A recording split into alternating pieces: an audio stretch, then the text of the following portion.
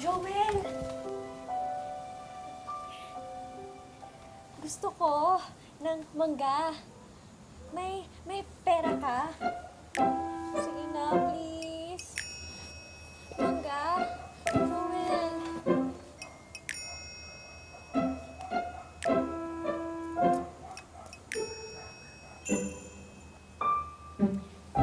Ikaw kasi, hindi mo naiintindihan. Inuunahan mo ng galit eh. Inuunahan mo ng init ng ulo. Gusto ko ng mangga. Kasi naglilihi ako. Kaya ikaw, kailangan mong magpursige. Kasi ikaw, ako, eto, magiging tatlo na tayo.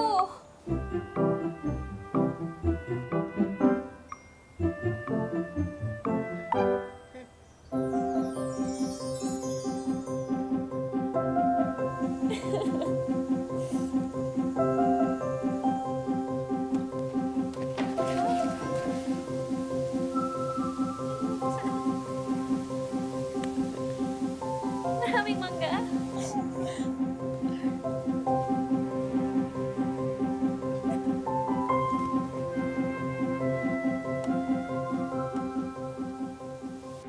Sige ho, Mrs. Iri pa.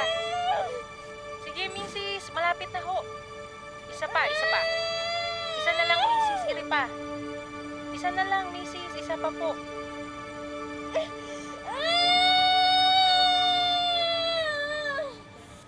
Lalaki po ang anak nyo. Hindi po siya umiiyak pero malusog naman po siya.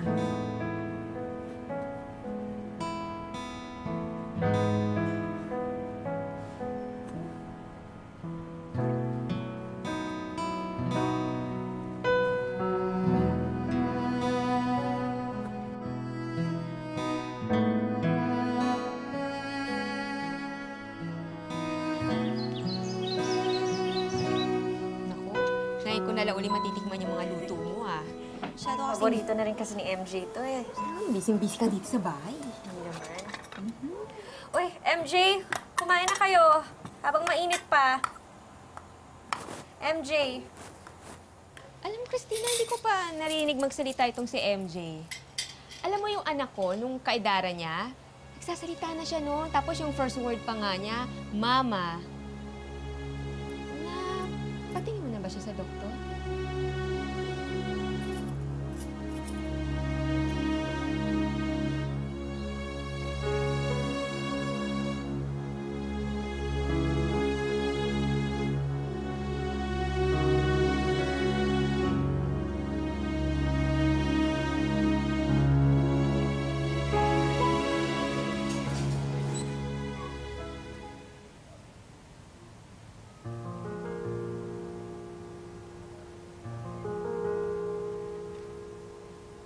Mr. and Mrs. Angay.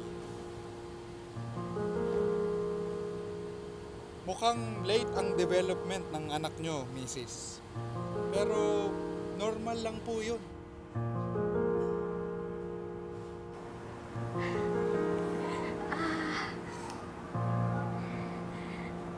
Huwag ka nang mag-isip. Si baby, okay siya. Sa susunod, makakapagsalita na siya.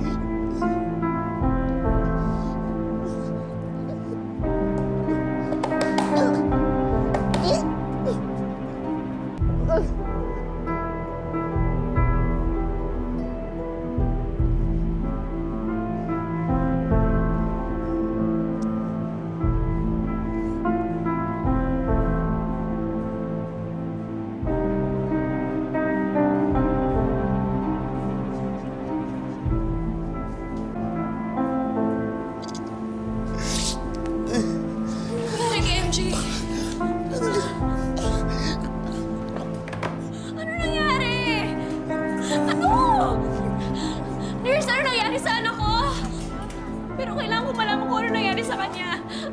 Dok, ano nangyari sa anak ko? Ano?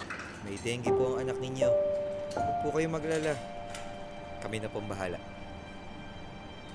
Please.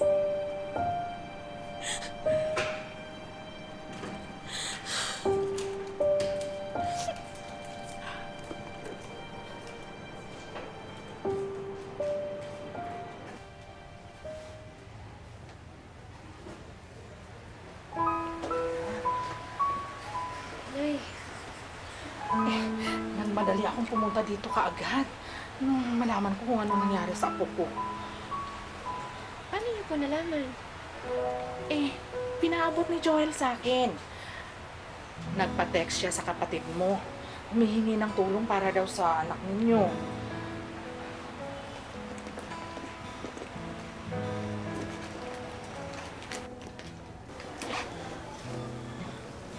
Ito. Pandagdag nyo. Sana maging maayos na ang lagay ng apo ko.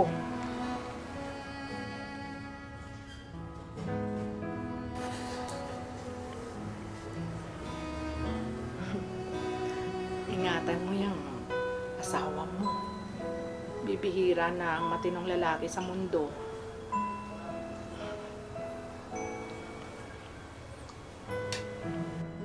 Sabi niya, gagawin ko lahat para sa anak ko kasi kahit pipi-pipi daw siya, nagkaroon siya ng anak, nagkapamilya. So sabi niya, hindi ako mahihiya na manghingi ng tulong sa mga kapatid, nanay niya, gano'n.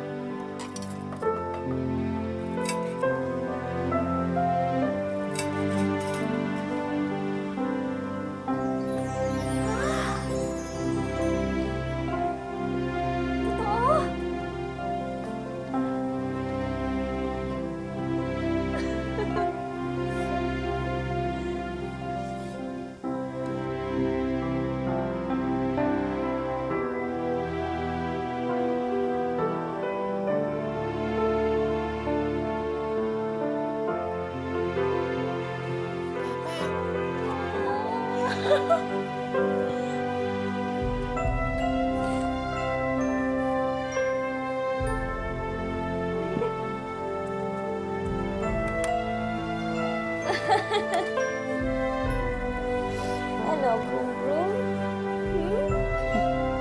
Ako lang ako. Mama. Mama.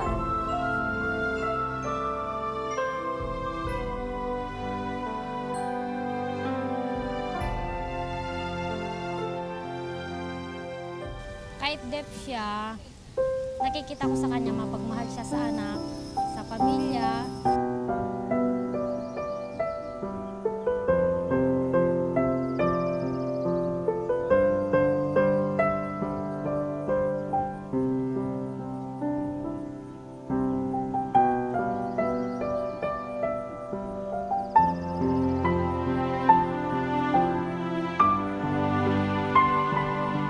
Ang wagas na pag-ibig para sa akin, hindi hadlang ang kanyang kapansanan. Pag ang kusang humiran, tanggapin mo lahat na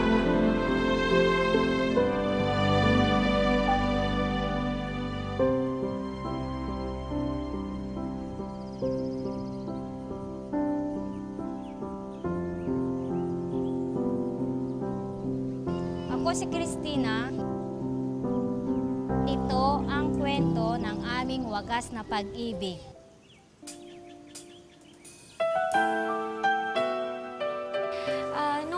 nalaman ko yung role, parang ang hirap intindihin eh. Kasi paano mo i-express yung feelings mo na walang words, na hindi naririnig ng isa. And dun sa role ni Christina, ang sarap na i-portray. It's because matututo ka na hindi utak yung pinagana niya, kundi puso talaga. Pinaglaban niya talaga. Tuwing nag-eksena kami ni Chris, alam ko naramdaman mo eh. Ramdam na ramdam namin na gusto namin ilabas yung expression, yung emotion. Kaya makikita mo sa mata namin na yung frustration, yung hirap. Pero at the end, makita naman talagang love prevails.